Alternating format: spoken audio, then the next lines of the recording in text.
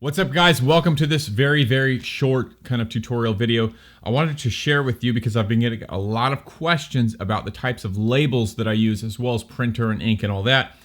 Here are the labels that I use. I use these sheets of 30 up labels. The labels are basically stickers. They are 1 inch tall by 2 5/8 inches wide. There are 30 on the page. That's why they're called 30 up. It's 3 columns of 10 rows. I just use a basic Canon printer. I use the ink that I get at Walmart. I'm going to link all this stuff below. I've tried multiple versions of this label sheet, and some of them are really cheap. They're very thin, and the adhesive is not great on the stickers, so they jam the printer up, and it's just a giant pain. After going through many different versions of them, I found this particular one. I'm linking it below. It's very thick, it's very sturdy, and the labels are extremely adhesive. So you don't have to worry about them coming off of the sheet and getting tangled up inside your printer.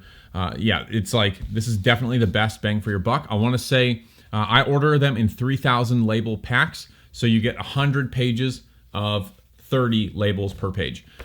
For that, it's $11.59. I will link that below.